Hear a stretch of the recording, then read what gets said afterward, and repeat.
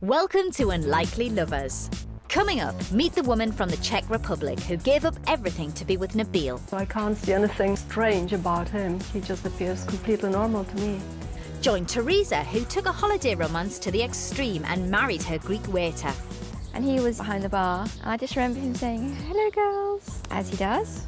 Ross enjoys the joys of an older woman. I found out she was 54. I was quite shocked. I would have said she was about 45, something like that. I wouldn't have said she was 35, obviously. While Bibs discovers the benefits of an older man. And we meet Flo and Percy, who hold the world record for being married 80 years, which these days is pretty unlikely.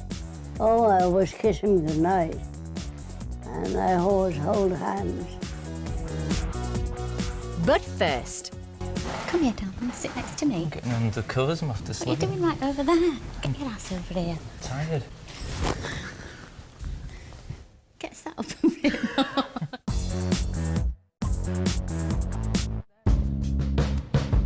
Marcela gave up a great job and husband in the Czech Republic to be with her unlikely lover, disabled actor Nabil. I've come across it so many times, but people assume that I can't.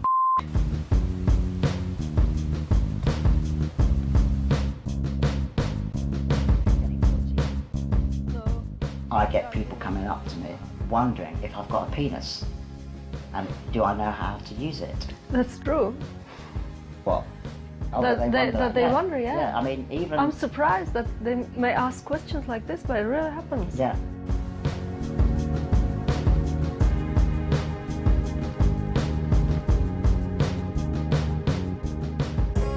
I would say people most often think that I'm a kind of carer. I'm just someone pushing the chair and not really having anything with Nabil. So they usually either communicate with me because they think I'm the one responsible for him, or they communicate with him and just completely ignore me. So they rarely, people in the street or random people rarely take us as a couple. But they're equally surprised when they see me driving. But Nabil has no problem with his drive, car or otherwise. I think we've got a great sex life. Well, luckily I didn't have any kind of prejudice regarding sexual life of disabled people. I had quite normal approach like to any other man, so I don't perceive Nabil as disabled or whatever because I know what he is able to do. I got used to him being in a wheelchair and small, and I can't say it has got any kind of impact. I can't see anything strange about him. He just appears completely normal to me. The whirlwind romance began over the internet, and after 17 months of emails, the couple rendezvoused in Prague. 10 months later, and after only 2 meetings, Marcela and Nabil were living together in the UK. The thought that Marcela has had to give up so much to be with me, a great job, well-paid job, she gave up her husband. So I obviously feel a great responsibility for Marcela having to completely change her life just for me.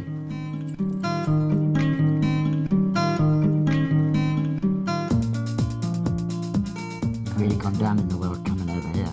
Oh yeah, definitely, because I've got no job here. And I thought it must be easy for me to find something here, and actually it isn't. So that was quite surprising and not very pleasant experience. It has been difficult, so I finally went down thinking, okay, so I just take anything. And after a year of looking for work, Marcela's luck may be on the up. Oh, very nervous for her. Yeah. Are you? Of course. Yeah. No, you shouldn't. Why not? I want you to get the job.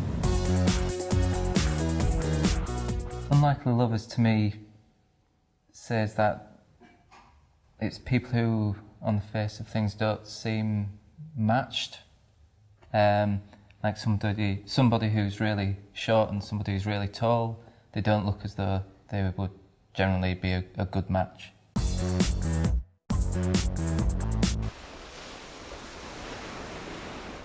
Well, anyway, Theresa is 39 and her husband is 8 years younger. Although 31-year-old Sebastian can be officially termed her toy boy, it's not the age gap that makes this couple unlikely.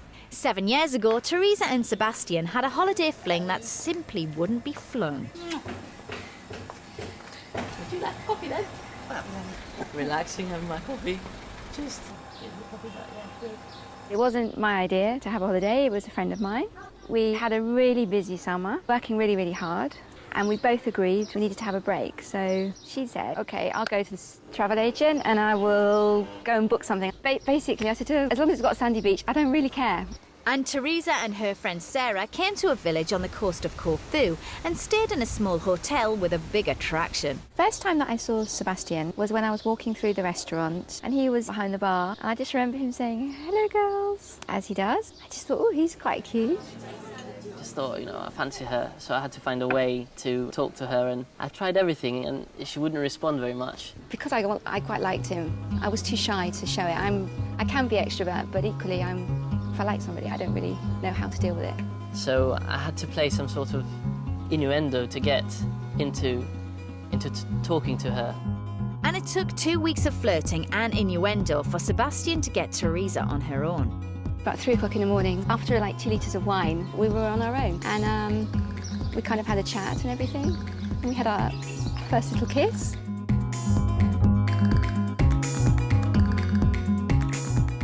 After that, we spent time with each other the next day, and then the following day I flew home.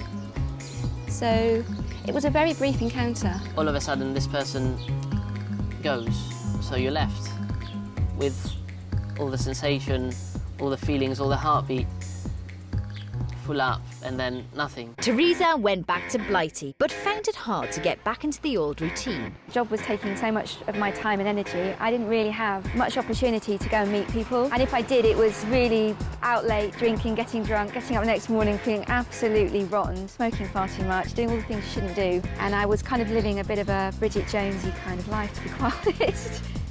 But Bridget Jones was about to do a Shirley Valentine. Theresa gave up everything for her holiday fling. She went back to Corfu, tested the water, realised it was love, and the move became permanent. Most of my friends and family, when they realised that it was a bit more than a holiday romance, it was serious, I don't think they really believed I'd ever have the guts to do what I did. I don't think even I believed it until I got on the plane, to be quite honest. But once on the plane, there were new challenges waiting ahead. I don't think many mothers would want their daughters to leave, but she never really said that to me. She just was more worried that I would be happy and I would be able to adjust to the life here. And, you know, she's heard about, you know, all kinds of scare stories about, you know, Greek mother-in-laws and things not working out.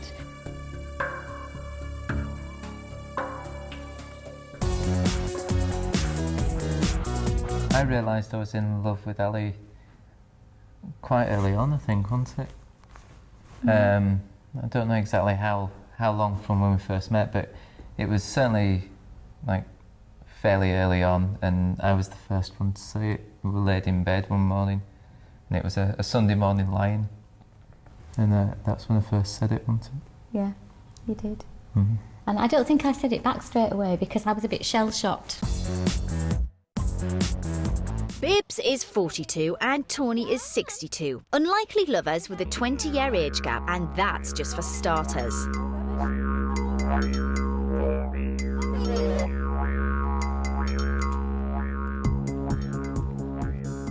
I think we are an unlikely couple to look at, but I can't see us as an unlikely couple because I think we are the perfect couple.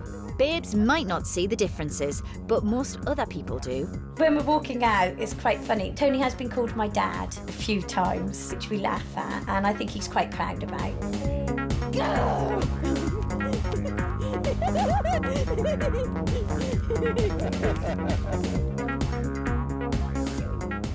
They stare at me anyway, because the way I dress, first they see my clothes and then they perhaps think, God, Tony, are you really with that girl?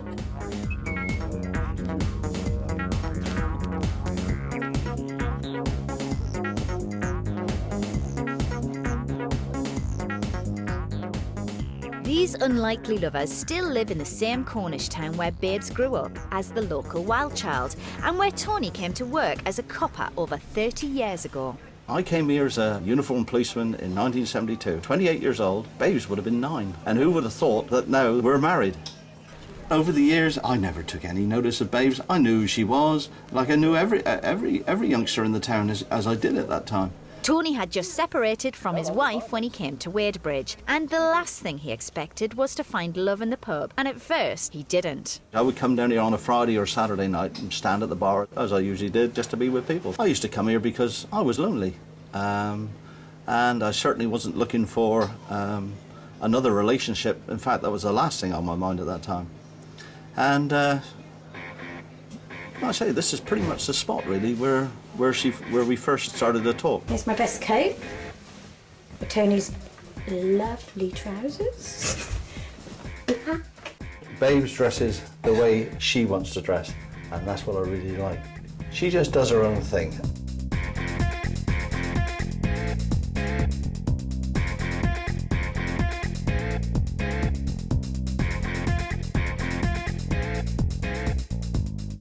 You just can't keep her down. I always say she bounces around like a bloody great fat budgie, you know. With my lovely new boots. I wouldn't say she was a rebel, but she was pretty close to when she was younger. We knew Tony, or Mr. PC first, as we knew him. I can remember plenty of times back then when I done like backies on a push bike, and he'd say, "Hey, you, Keith, get off your bike now!" And I'd say, "Oh my God, that's that bloody first again." As kids, really hated him. We argued almost from the time we met, almost to dawn. It was all about, I hated policemen, and I thought he was pompous, arrogant. I saw things differently. I certainly believed in what I did as a policeman. Yeah, we were very unlikely at the time. Unlikely, yes. But as they say, love and hate are very similar emotions. I'd say you were the most romantic. Would you? Yeah, I'm a bit dumb when it comes to stuff like that, really. Yeah, probably I am the most romantic out of the two of us. Marcela moved to the UK from the Czech Republic to be with her unlikely lover Nabil. After 12 months in the UK, she still hasn't found a job, but today she has an interview that could affect the couple's future as they know it. So, there we are. I'm getting really nervous. Whoa. It'll be alright. You'll wow them. Alright, I go. Nope. First finger. Nope. Not going. I'm not going. No. Come on, I'll be late. I'm nervous for her, yes. I'm also concerned that she doesn't experience too many rejections and become too despondent and believing that because she's from the Czech Republic, she hasn't got a hope of getting any work over here. I find it quite astonishing, really, that she gave up everything. This was only the second meeting that we'd had. And she said, "I think I will come and live with you in May next year." I said, "Oh, really?" Yes. Marcela was the first woman that I'd ever lived with. If Marcela decided that it was just impossible and she's not going to be able to get work in Britain, and she feels that she would be better off going back to the Czech Republic, and I've told her this, I'll go with her, because it's only fair that she tried it, she attempted to live here, and if it becomes impossible for her, then I'll go to wherever she chooses to go. And if Marcela doesn't get this job, they may have to.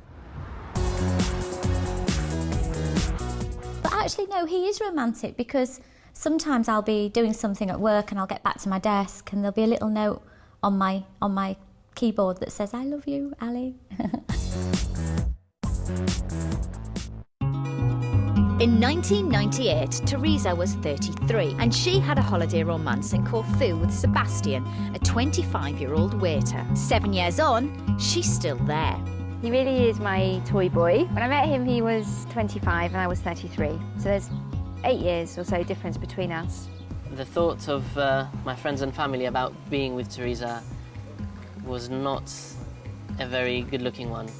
They all had an issue about the age gap, but, you know, who cares about time, really? I was there with a person who I really liked, and I couldn't give a damn whether, you know, anybody said anything about Theresa. The couple married in a traditional Corfu ceremony in 2003. But when you marry a Greek, you're not just marrying the man, you're marrying the mother-in-law. My mum had a big issue about it. She would prefer, I think, to have a Greek girl, which is respectable. She must understand that she's in Greece. She's not anymore in England. She must speak Greek, so she can speak with all of us. But if she doesn't know, it's very difficult for her. And it's not very nice all the time to ask what they say. And tomorrow, if she has children, she must bring the children in our school, in our church, in our parties, in everything. When they are in England, they do that in England. When they are here, they will do exactly what we do it here. I think one of the things that we had to deal with, or I had to deal with when I came here, was how to balance my relationship with his mum. Actually, I think that she's been brilliant because, you know, it is hard suddenly to have your whole attention of your son and then to have to share him. It is quite tricky, but I think we've got there. I think we are actually a united family. We have our moments, like any mother-in-law and daughter-in-law. Theresa does her things her own way, my mum does her things their own way. No one is better than the other. They're both trying for the good of you know, everybody. The trouble is I'm in the middle, and that sometimes is not very pleasant, but we're getting over that one. I don't think you can get away with not speaking Greek, because it's not possible then to integrate with family and your community, because when you're at a family dinner or with friends, if you don't understand or speak, you're like a lemon, really. But I can speak, badly, but enough for people to understand me. Theresa and Sebastian now run the family taverna together, and Theresa is fully settled into the Greek lifestyle, although there are some home comforts she still misses. I really miss Indian food. I think your choices here are quite limited culturally. It's Greek or Greek or Greek, basically. But for Theresa, there's only one Greek for her. There's really only one reason why I gave up everything to come here. It wasn't the sun, it wasn't the sea, it wasn't any of that, it was Sebastian. And I really love him, so that's it. But Sebastian isn't the only Greek man to get a British lady on his love boat. We meet up with another real-life Shirley Valentine later in the show. Two months ago, 54-year-old glamorous Gran Jean checked out and seduced 32-year-old Ross when he came to stay at her hotel in Blackpool. We met when Ross came over here for a few days for a break, and then he wanted a few more days, and then he wanted a few more days, and we thought, we're not going to get rid of him. And then we just went out a couple of times, and I thought, yeah, I like him. And then he said, well, I really, really must go home. You know, I've been here like 2 months now. And I thought, I don't want him to go home. I really don't want him to leave, so I told him. So then we became a couple. How's that? Well, that's much better, thank you. Does that sort of... I see something at the bottom there. Oh, well, it wasn't me. It's almost like we've been living together from the start, isn't it? Because of the situation. So, I mean, usually that's not something you jump into immediately, is it really, no. A relationship? But... No, but we have, and it's great when it works. The age gap never worried me. I mean, before I met Ross, I went out with younger guys as well. Not because I consciously went out to look for somebody younger, but just, I don't know, I just find them more interesting, really. I find old men rather boring, to be perfectly honest. It's like when I first met her, and she said, and I found out she was 54, I was quite shocked. I would have said she was about 45, something like that. I wouldn't have said she was 35, obviously, but there's no way I would have said she was 54. Yeah, I mean, a couple of people said, oh, is that your son? And I just laugh and say, no, it's my boyfriend, you know, and they say, oh, sorry, and look a bit embarrassed. And they might be embarrassed, I'm not. And I see these women with old men, I'm thinking, God, rather them than me, you know.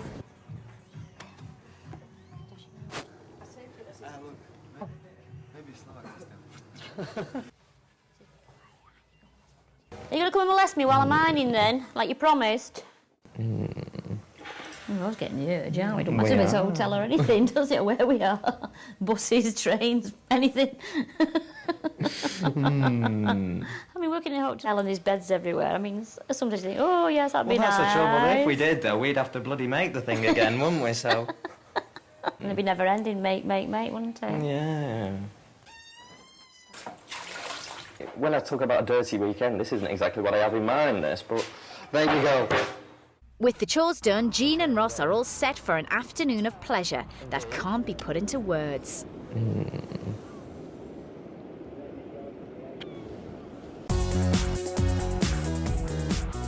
My pet name for Si is Flippers.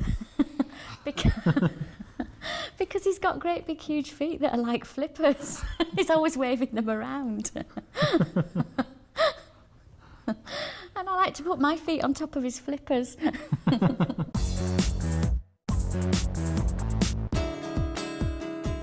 54-year-old Jean and her 32-year-old toy boy Ross are out in the sunshine. But it isn't just the weather that's hot. Physical side of it, it's good, it's good. Sex gets better as you get older because you get more confident. Well, hopefully you've had more experience. You've got to have sex at least 3 times a week to keep everything going, your heart rate and everything ticking over nicely. So that's my excuse. More like 3 times a night. She's got a lot of tricks up her sleeve, believe me, she has. I've still got a few to find out, but dear me.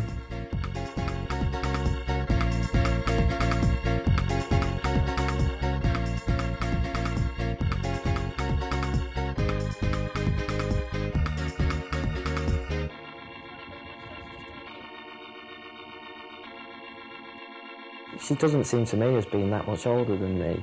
I've had a couple of, shall we say, flings, as it were, with older women, but nothing long-term about it. But I remember a girl I was going out with for a bit, and to be honest, I fancied her mum more than I fancied the girl, but there's definitely something about older women, definitely. When I'm going out with younger guys, I'm always thinking, well, at some point in the future, perhaps they're going to sort of want to have a, settle down, get married, have a family. Well, of course, I've been there, done all that. I have no intention of having more children, obviously, so sometimes that can cause a problem. I've split up with people over that before, and obviously I've been quite upset. I mean, if that happened with us, I'd be heartbroken, but with Ross, I don't sort of dwell on it. I just want to make the most of him while I've got him, and the future can take care of itself. We shall wait and see, shan't we? Mm-hmm.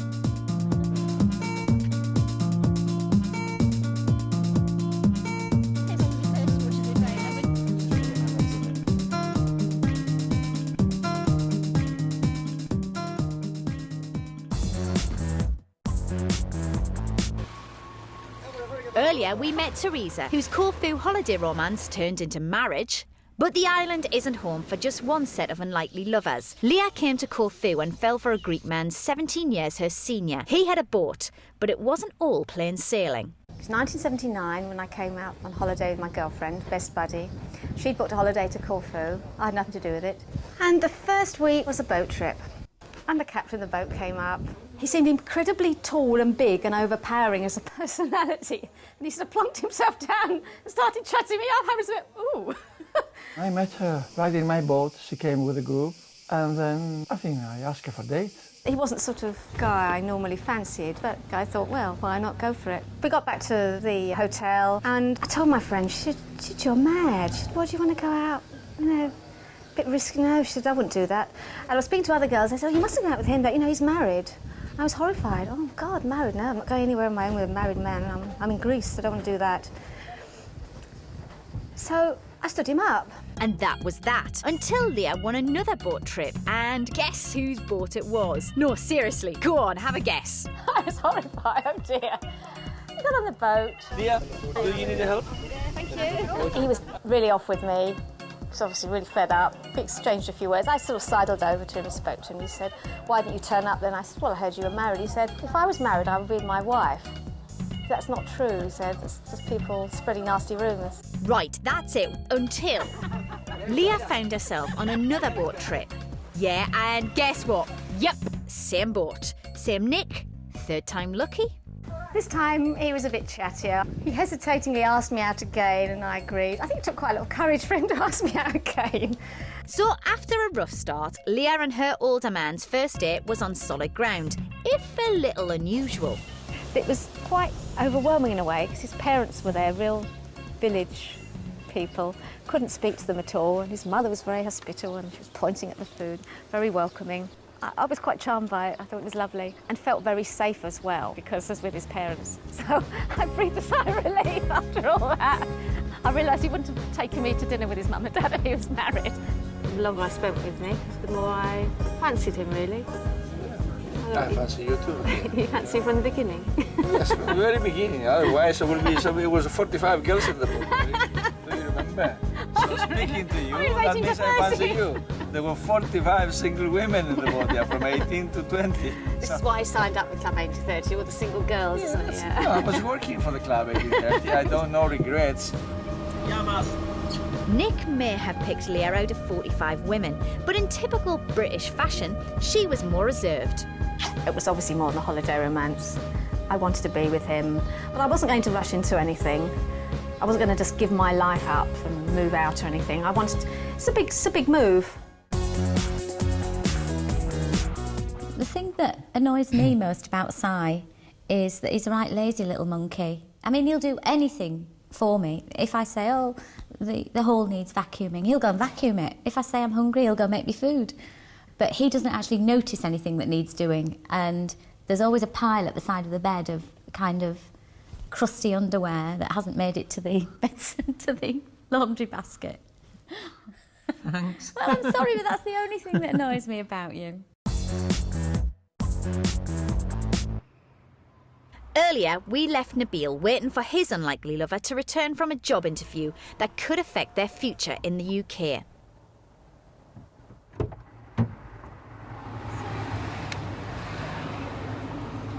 That's it. How was it? They will let me know by the end of the week. How was it? It was all right. What about the fact that you're Czech? Oh, they've got a project in Czech Republic. They worked on something. Did they think that you'd be really useful because of your obvious Czech background? Well, maybe. Well done. Things look promising, but Nabil and Marcela have worked well together since their first meeting almost 2 years ago in Prague. So we met at the Prague airport, took a taxi, got to the hotel, and finally Nabil says, "May I kiss you?" And what blew my mind was when I started to kiss you passionately, you kissed me back passionately. Probably. And then you started to tell me you loved me. And you told me. Yeah, and then you told me you wanted to have a child with me. Well, you first asked me to spend a night with you, didn't you? Yeah. I said, is there any chance that we might be able to sleep together at some point in this week? And you said... Well, I probably agreed. You said yes. I did agree, yes. yeah. And I was thinking, oh, when? And Marcela decided tonight. There was no self-consciousness about Marcela and the way she was feeling towards me. So, for example, we're going around on a horse and carriage through Prague, going through the romantic old city. I couldn't see quite properly over the edge, and it seemed an obvious thing to do was for me to sit on Marcela's lap. And, you know, the looks and stares that we got from people walking up and down the street as we went by, and we waved to them like we were king and queen of Prague. It would have looked pretty bizarre to them, I think. And if we'd been snogging, then they would have like really kind of, we probably would have been deported or something.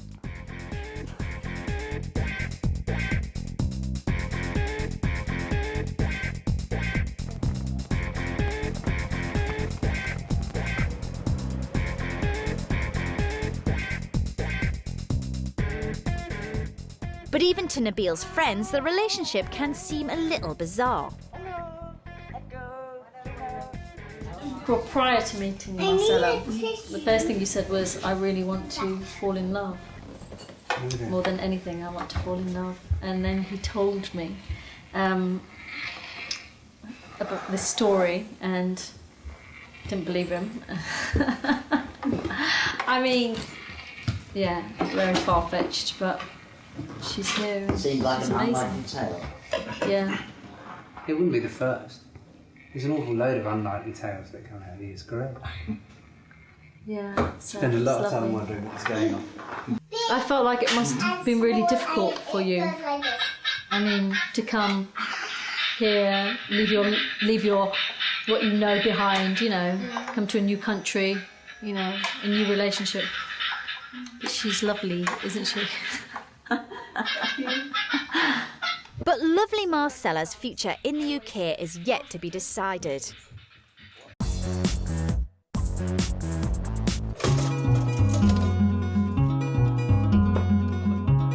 Bibs and Tony couldn't be more different. She was the teenage tearaway and he was the local policeman 20 years her senior. Although there was no love lost between the couple, that didn't last.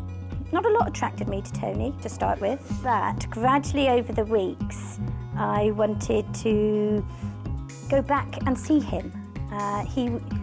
He was intelligent, he was so funny, and I can remember thinking, perhaps one Friday night, I'll dress up a bit better. So I dressed up and I met him, and that's when he asked me if I wanted to go out for something to eat. It must have been quite funny actually for people to see us, because Tony in his staid clothes when we first met, and I would be bare feet, no knickers, no bra, a little t-shirt. It must have looked funny. You could feel the stares as you walked down the street. You knew people were looking at you because of the way Babes dressed, the way I was, and certainly the town back then knew us. Oh yeah, we were looked at, we were talked about. I wouldn't say we were quite a scandal, but bloody hell, it was close to.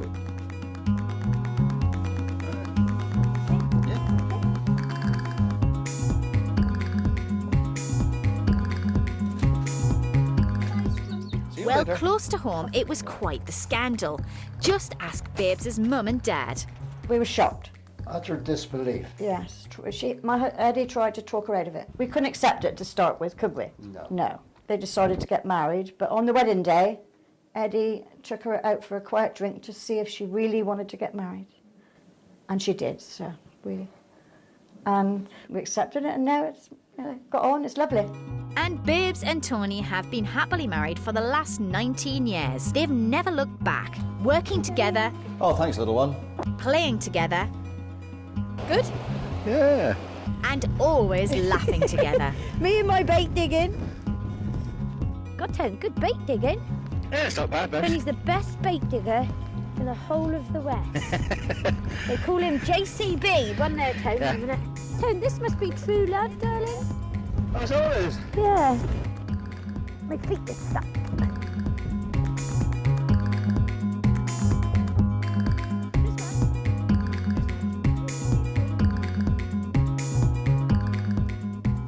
We've had 19 happy years, and anybody who can have 19 happy years in their time, it's got to be worth it, because 19 years is a long, long, long time. Another one, Tone. From the minute we wake up, we're together, to the time we go to bed. We're boring old farts, really. We go to bed at 9 o'clock sometimes, and we're happy to read our papers and do whatever lovers do in bed. Just remember, as they get older, they like it more, but it's very quick.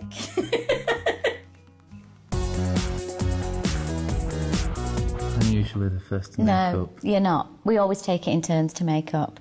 Do we? We do. Okay. Is it always my turn then? No. Ah.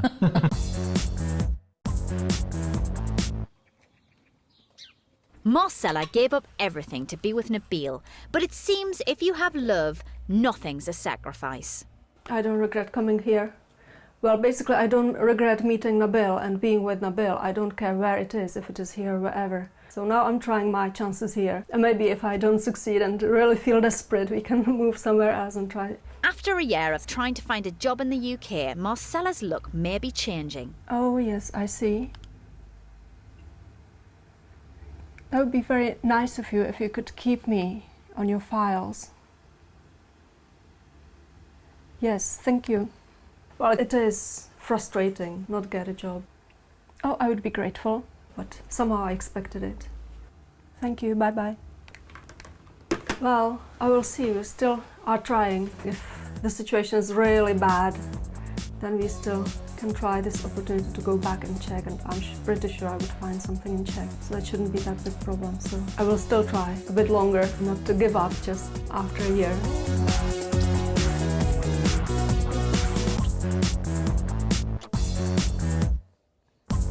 What would I like to see in my future? Certainly kids, because I'm 38, so it's high time to start kids, I think. So I would say that's probably my priority. And of course we need some money to live, so we need to earn some money, so getting a job. Yeah, but I enjoy living with Nabil, it's nice.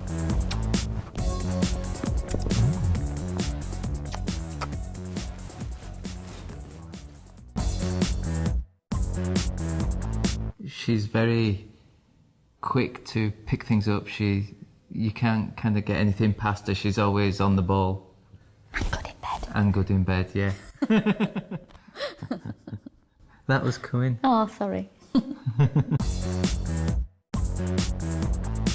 Over Over 1 million tourists visit Corfu every year and many find love for a fortnight. Leah and Nick's romance, however, has lasted 26 years and counting.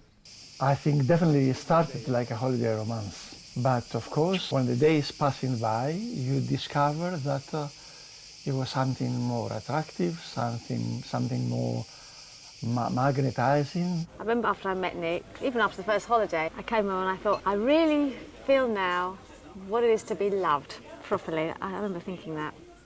I felt appreciated and loved. And that's why we're still together, I think. Leah lived between Greece and the UK for 3 years until the couple were married in 1982. But marrying your holiday romance isn't the only unlikely thing about this couple. Well, we do have a 17 years age gap, Nick and I, but when you fall in love with someone, you fall in love for them. The age gap didn't make any difference to me because I'm a person that I could be a friend with a 2-year-old boy or girl and a 102-year-old person. It's not really. She tends sometimes to treat me like a little princess, and I feel like I'm a little girl still, but that's quite nice in a way. But despite the age gap, the couple are still young at heart. Wherever we go, we're holding hands. We go for shopping, if we go for movies, if we go for dancing, if we go here and there, and we're still doing it. And I remember somebody who says in the village, says, God bless you, I envy you, we're holding hands after 20 so many years, like kids, like teenagers. And looking back, Leah still sees the unlikeliness in her relationship. If you'd have said to me that I would end up and live in Corfu, I would just say, no way. I can remember sitting on the beach when we first came out here, saying to her, isn't this lovely, this island, it's beautiful. It's a great place to come for a honeymoon. Little did I know that I'd just be having a permanent honeymoon here. It's amazing.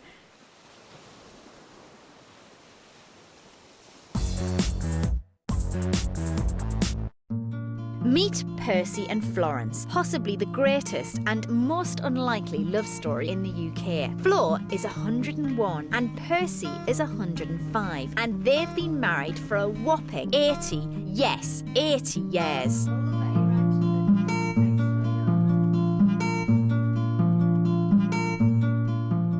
We were both Sunday school teachers in All Saints Church. That's where we met. We'd gone about a long time together, and then we decided to get married.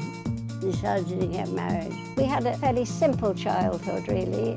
Our parents were always there for us. My mother didn't go out to work, so she was always there when we came home from school. The soulmates got married on the 1st of June 1925 and have 3 children, 6 grandchildren and 9 great-grandchildren. But despite 80 years of marriage behind them, it was far from love at first sight. He was very stern. I felt that he got better later on. My father was quite prim and proper when he was younger. He seems to have mellowed over the years. He worked in the legal profession and, it showed up to a point, but he loved music and he would play with us like most dads do, bowl in the garden and things like that. We went on holidays until the war came, when it was difficult, of course, to go. They've always been there for each other. If one's been a bit down in spirits, the other one's cheered them up, and this is how it works. Sometimes I feel very old, especially when I have a bad night with him. But otherwise, I'm not too bad, really. I love the garden, and if I can get out in the garden, the weather's nice, I'm happier out there.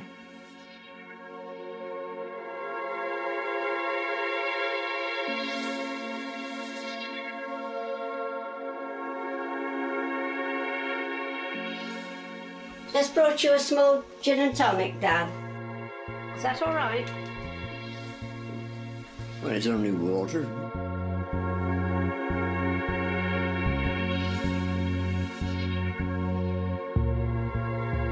Although Flo likes to get out and about a bit, she's always glad to get back and see her Percy. They hold hands, and if Mother goes out, or she's taken out usually once a fortnight, first thing she does when she comes back in is goes and gives him a kiss. Oh, I always kiss him goodnight, and I always hold hands.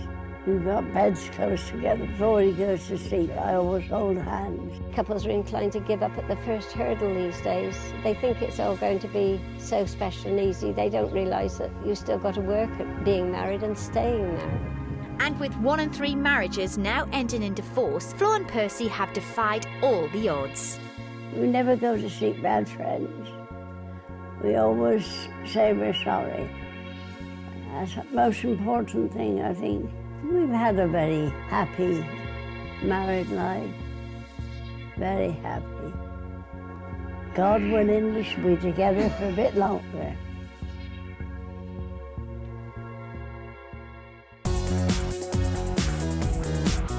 I realised that it didn't matter about the age because I love him so much, and we're such soulmates to each other that we decided to buy a house together and move in, and now we're living happily ever after, aren't we? We are.